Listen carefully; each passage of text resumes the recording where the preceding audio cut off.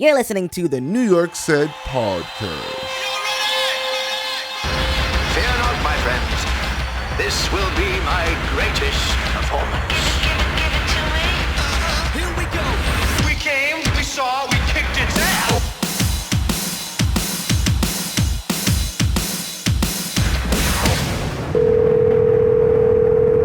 Yo, what's good, bro? Yo, TTK, what's the deal? Yo, you sound like an '80s MTV video jockey and shit. Those are my roots. That's a compliment. Thank you. Yeah, there you go. Yo, first off, I just want to congratulate you, man. You've been like extraordinarily productive lately. I don't even want to say busy because busy is busy work, but productive Word. is a big difference. And you've been hella productive. What is inspiring all this productivity? Oh man, it's been a minute. You know what I'm saying? It's been a minute. Well, for one, you know, I was OT for like a few years. You know what I'm saying? Yeah. So And you came back, hit the ground running.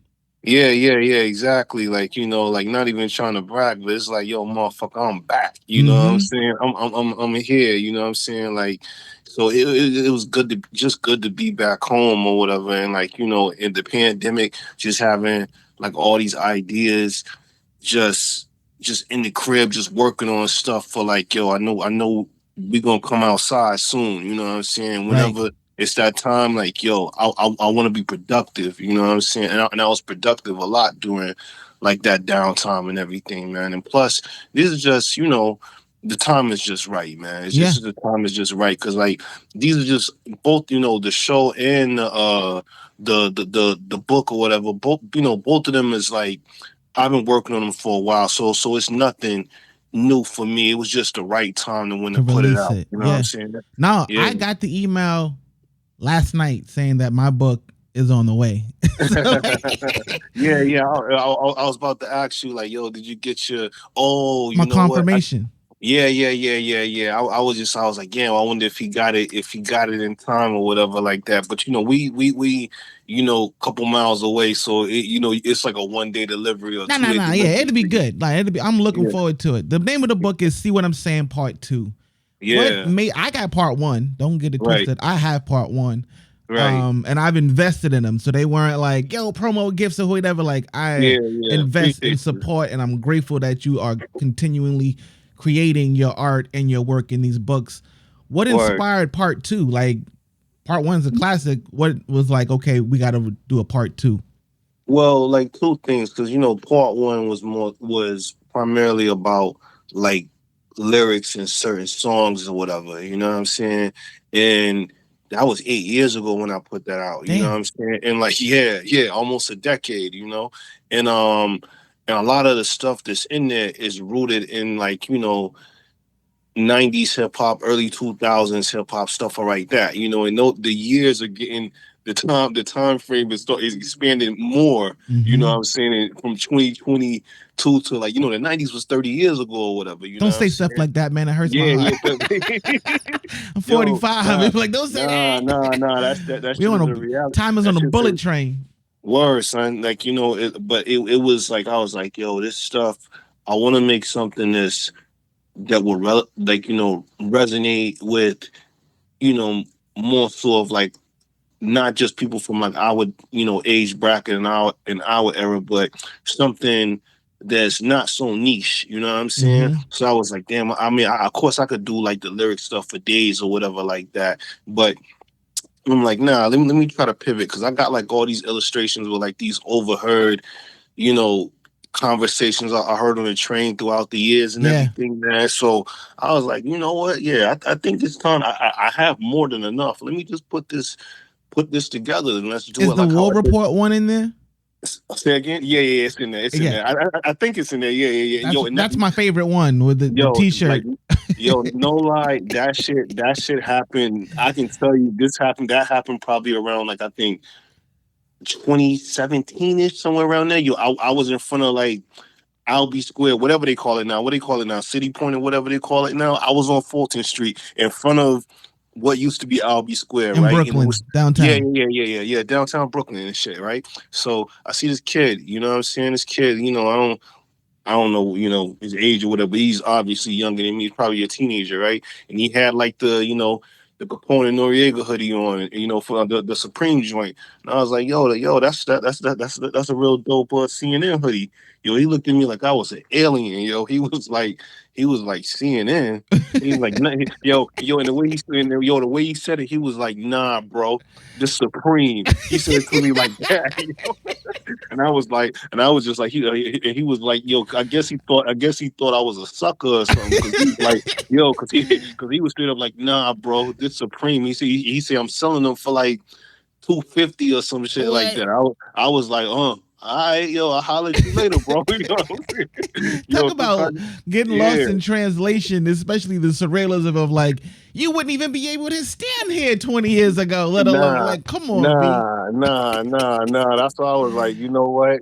This is see, it's moments like that where, what I'm saying, I could tell you the story, but I feel like it's better when I illustrate it so you can visualize what I saw. You know what Mm-hmm. I'm saying? I want you to see it. What I saw.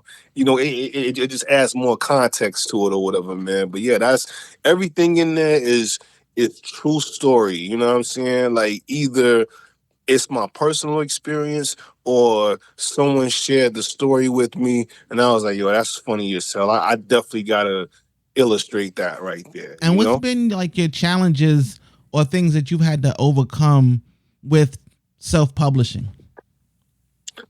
It's always cost, man. It's always cost. You know what I'm saying? But thankfully, finances seem to always fall into place whenever it's time to do it. You know what I'm saying? Mm-hmm. So that's probably, self-publishing is always like a hurdle, because and some people may know or they may not know, but there's always the option where you could go overseas and get like a much cheaper rate, but you gotta order like a huge volume. You know what I'm saying? And Mm-hmm. I ain't trying to sit on. I know there's a the demand for what I do, and I have people that support it and are like true genuine fans, but like I'm being a realist about like where I'm at with it. Yeah. I'm like, I don't even know. I'm like, yeah, I could have probably moved like 10,000 copies, but I don't want to be responsible for that. You know Mm-mm. what I'm saying? I don't want to have boxes and crates of this book sitting in my house, and after I sell maybe 1,000 on my own, what I'm gonna do with these other 4,000 up in here? You know what I'm saying? Right. Like, Oh, I've made that mistake. I have yeah, a box of like books that didn't sell from New York Set or what have you. Like it's part of it. You know what I mean? Like yeah, the first one did really well, but the consecutive ones didn't do as well as the first one. But at the same time, I wasn't pushing it as hard, and life happened, and all the other yeah, excuses I can come up with. But they're yeah, there. man. Yeah, man, for real, for real. So, it's I try to work with something that's more manageable for me or whatever. But I don't really think it's, besides like cost or whatever, what Mm-hmm. I'm saying, everything else is just a matter of time and just putting everything together, and just making sure it meets my personal standards before it goes out into the world. And then but then it's sometimes where it's like, you just gotta let it go. You know what I'm Right. saying? Right. Like Right. you can get so caught up in perfection that you don't even get your product out. You know what I'm saying? Yeah. So I'm like, you know what? Hey, you know what? Maybe I could have done that a little bit better or whatever. But you know what? It doesn't take away from the overall project and the overall like concept that I'm trying to put out there. Yeah. Speaking of cost, let me just pay these bills right quick. I'm gonna play this ad. Yeah, no Get it doubt. cracking.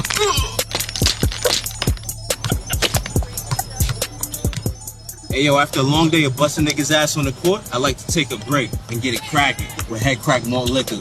Official sponsor of See What I'm Saying Volume 2. See What I'm Saying Volume 2. Available now. So what's that with head crack? Where'd that come from? You snuck that in on me. Yo, you snuck that in on me or You whatever. know, I Yo, gotta have a little bit of surprise for you. oh man, that's some stuff right there. Yo, appreciate it. But yeah, like, well, that was like a play off of an ad that was in volume one. I made up, I made up like a fake malt liquor ad. You know what I'm saying? A Yeah, fake malt liquor brand called Head Crack Malt Liquor. And if anybody play dice, you already know, like, 4, 5, 6, 4, 5, 6. baby. Yeah, 4, 5, 6. You know what I'm saying? You roll 4, 5, 6. That's Head Crack right there. So I was like, you know what? I want to make a malt liquor called Head Crack Malt Liquor and have like the dice on there or whatever, man. And my man Dello, he got his brand called Proverb out of out of Flatbush. So salute to him. Yeah, He was the original model in the original Head that's Crack ad. And like hilarious. and we shot these photos at the park on Atlantic and Kingston Ave like one morning and everything. Atlantic and Kingston in Brooklyn. So I shot the photos or whatever. He was the model, and these photos are just so hilarious or whatever, That's what I'm because saying. Like yeah, your work, your art is very. I love the humor in it, but I also yeah, love like just how I can relate to this, even the design, like in the commercial, because I literally displayed that from your Instagram. yeah, yeah. He's standing in like the Yeezys from if I'm not. Yo, yeah, yeah. Like I told him, you know what I'm saying, that's the new one, the one that's in the latest version, the Head Crack Malt Liquor ad that's in volume 2, the one that you just played the commercial for. That's my man Elijah. Uh-huh. So he was in volume 1 as another model, but I was like, yo, I want to use you for this malt liquor. I'm like, here's the idea. I want to do like a basketball court, it's another basketball court scene, but I'm gonna write a script out for you. I was like, yo, this is what I want you to wear. You know what I'm saying? You tell him to wear those Yeezys because I haven't yeah, seen those in yeah, real life in years. yo, Those are the very first absolutely. Like, ones. yo, just so you know, like for every ad that you see or any of the paintings that you see from me, it's 98% of the time is curated by me, where I tell someone like, yo, I want you to wear this right here, or put this color on or whatever, or Mm-hmm. wear this, but or I ask them like, all right, what you got in your closet or whatever, you know what I'm saying, in case we don't wear the same size. I'm Right. like, yo, what you got in your closet? I'm like, okay, wear that, I got a white shirt for you. That's all I need right there. You know what I'm saying? Because I'm thinking about like, okay, what's gonna be when we put this out there, what's going to be a conversation piece when someone looking at this right here. And I'm like, and I purposely told him like, yo, wear the Yeezys, because you're not going to really be balling in a pair of Yeezys or whatever. And not You know those what I'm saying? at that. and Like and those not shits and are not those. collectors, right? Yeah, Like these is like $2,000 sneakers or whatever. You're not gonna be breaking niggas' ankles on the court no, in you're these gonna be right real here. careful and You know what precious I'm about the saying? way you move around in them shits. Yo, and I told him like, yo, you got a chain, rock your chain too, or whatever, because like, yo, I really wanted, and yeah, it's intentionally stereotypical or whatever like that, but Right. that's the whole thing I wanted to play on or whatever. I wanted, when I do those ads like that, it's like I play on like the ads that I grew up seeing, and even some of the ads now or Mm-hmm. whatever. Like when they try to market to a certain demographic, it comes off sometimes it's like as like a parody. You Right. know what I'm saying? It I'm like, is. wow, yeah, and that's the whole I thing remember with. those Here Comes the Bull when Yeah, In Living Color was exactly. doing that Yeah, shit. exactly. Yo, you know what I'm saying? So it's like a play on that right there, because like my 9 to 5, what I do, I work in agencies and I worked in advertising or whatever. So I get the psychology about like trying to I can sell a see it. product or whatever and trying to speak to a Because you consumer. literally made a mock-up of a 40, and I mean like all of that has to be done. And I wanted to ask you this, I'm so glad you Yeah, brought that up. go Like, ahead. what are the responsibilities of a creative director? Like, I see that title a lot these Yeah, days, and I don't know if everybody's a creative director. What are those yeah. like what is a quintessential creative director, and how has that influenced your work? And then after that I want to talk about these paintings. I think from my perspective, that's a person like oversees like everything and has the vision. You know what I'm saying? They may not be necessarily executing it, but they know like, all right, what they want to see. And sometimes they can be the art director, the person who's actually coming up with the concepts, coming up with the idea, and actually executing it or whatever. Mm-hmm. Or they can bring somebody else in to help execute this right. Execute this idea. You know what I'm saying? So as far as me, my perspective of what I feel like a creative director does is a person that has the vision and understands what's going to be needed to bring this vision to life, whether it's through assets, whether it's people on your team, whether it's props or models or whatever the case or whatever. You know what I'm saying? That person is the visionary, you know? So that's my point of view on it. Fantastic. Yeah. Also, I want to congratulate you on already selling the crew painting. Like, I was looking at the catalog, like, damn, that shit sold. Okay. Yeah, yo, appreciate you on that right there. Yo, that I tell you, that painting, just so you know, all of the pieces that you saw like in the catalog for the upcoming show, see what I'm seeing, um everyone in there is someone that I know personally I that was going to modeled ask for that. me. Yeah, and even the painting with, I call crew, with all every, the stormtrooper guys wearing like the 92 stadium stuff. Those were all guys. I actually shot those photos over the course, like 10 years ago, between 2013, I want to say 2013 at the earliest, and 2015 at the latest. And it's a combination of like four different guys. And I got multiple photographs of them, because it was hard trying to get like 6, 7, 8 guys together to pose and, the way I wanted them. So I was like, you know what, let me shoot these guys individually and, Photoshop them together. But like I said, it wasn't until the pandemic and just being, in the crib, and I had space, so I was like, you know what, let me execute this idea right Yeah, here, it man. looks And like a quintessential group shot, like crew yeah, shot. And yeah, the and details of the JanSport and the kicks yeah, and the flights and the yeah, jackets, of course, and the stormtroopers, like it's yeah, just a stately piece that like overall just takes you to an era, and you yeah, just transport it through the painting.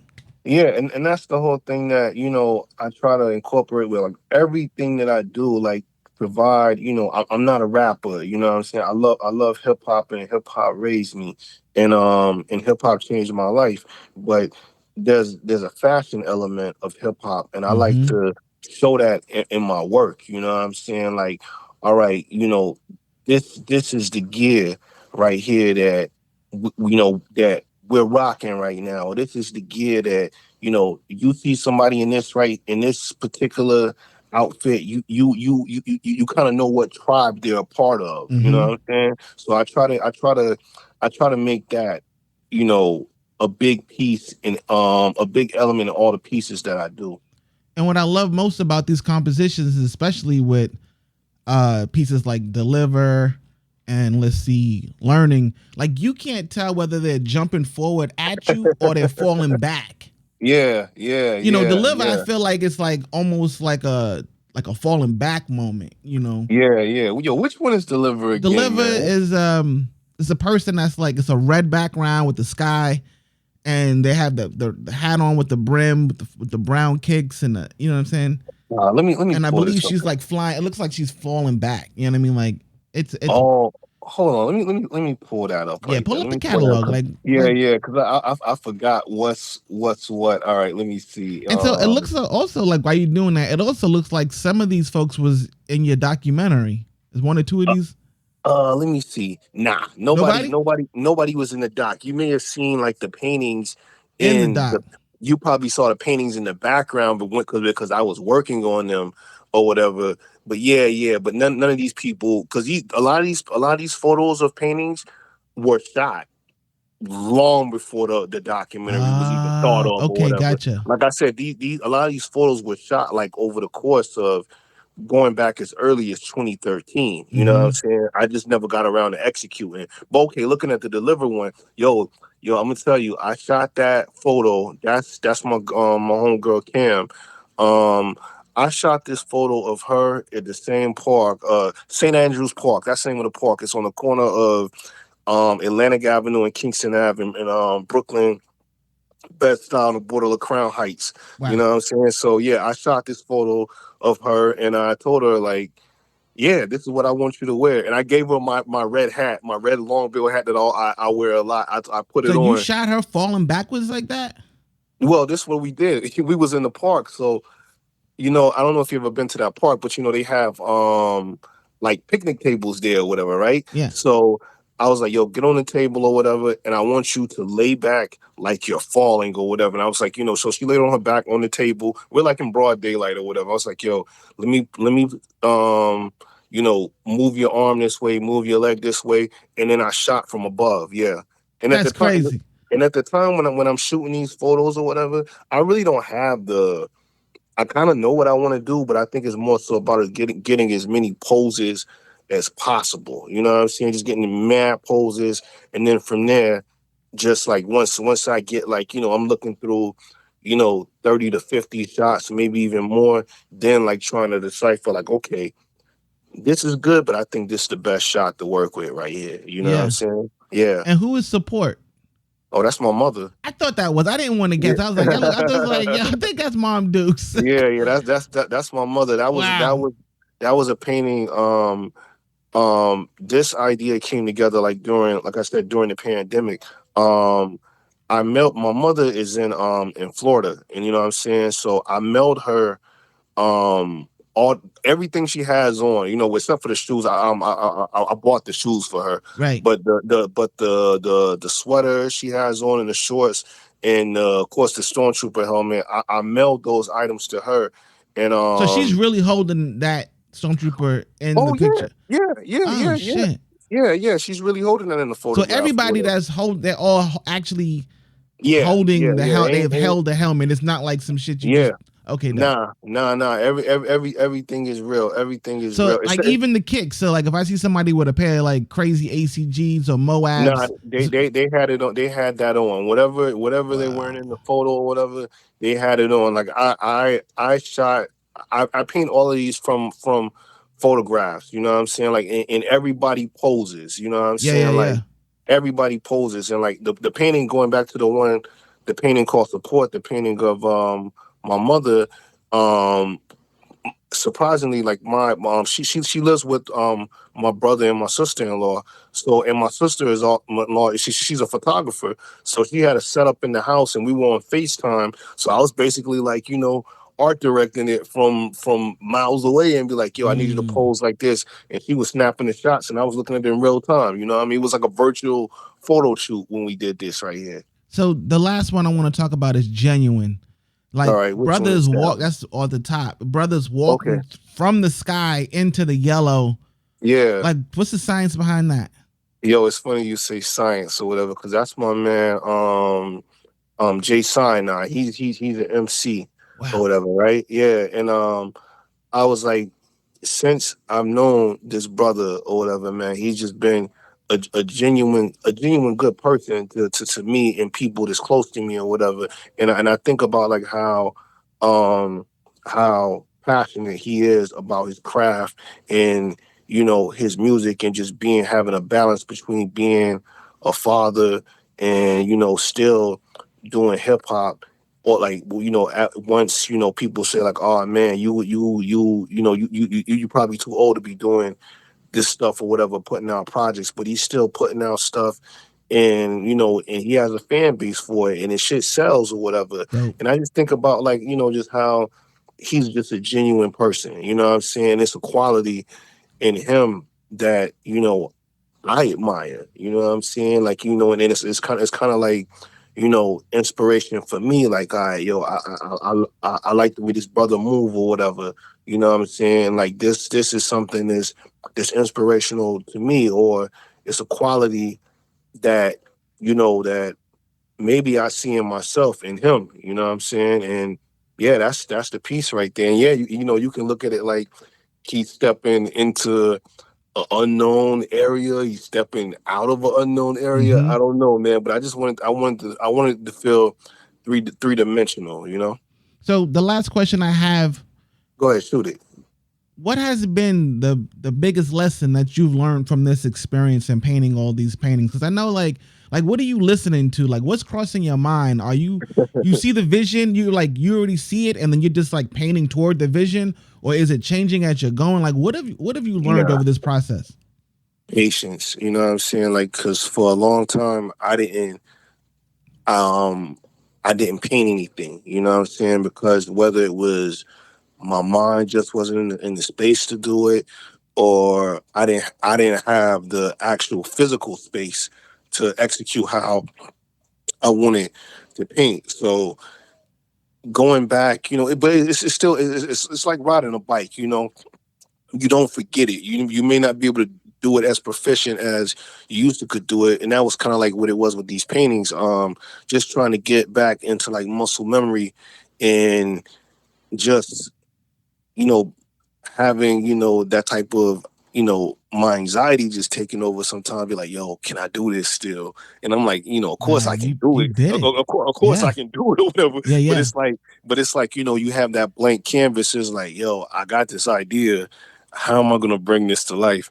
And the way to bring it to life is just patience. Don't Yeah. rush it. Just sit down, and however long it takes to do it, do it. You know what I'm saying? I tell myself, just do it. If it's, I try to give myself a time frame. Like, I want to be done with this in 10 days. 7 to 10 days. If it goes past that, Per it, painting? yeah. Okay. I try to give myself, like, I work on it like a couple hours every day. You know what I'm saying? And then usually if I'm really dialed in, I can knock out a piece within, like, I don't know, about like anywhere from like 10 days to like 2 weeks. You I know what I'm think saying? is I just want to say, like, I think it's extraordinarily. I just think it's fantastic, actually, that like the amount of detail that's in all the various fabrics that you're utilizing or capturing in these paintings, like a vinyl jacket, a polo jacket, a JanSport book bag, a sneaker, Yeah. the pant, like all these various textures and cottons and Yeah. polyesters or what have you, like you're capturing them not photorealistically, but just still capturing them authentically, if that makes sense. Thank you, man. And that's like the challenge right there, because like I said, I try to bring in like that fashion element, but I'm like, damn, I want to show the piece like how it should be, you know, shown or whatever. You know what I'm Mm-hmm. saying? Because, like, yes, it's not. I wouldn't say it's like super photorealistic, but we're hyper realistic. You know what I'm saying? It's not like a super hyper realistic where you Right. can't tell whether it's a photograph or a Yeah. painting. But at the same time, I want it to look as real as possible, but with my technique added to it. So let's talk to us. Tell us where they can find you. Tell us the show. Tell us everything we need to know to get there. Yo, so the show is called See What I'm Seeing. See What I'm Seeing is the name of the show.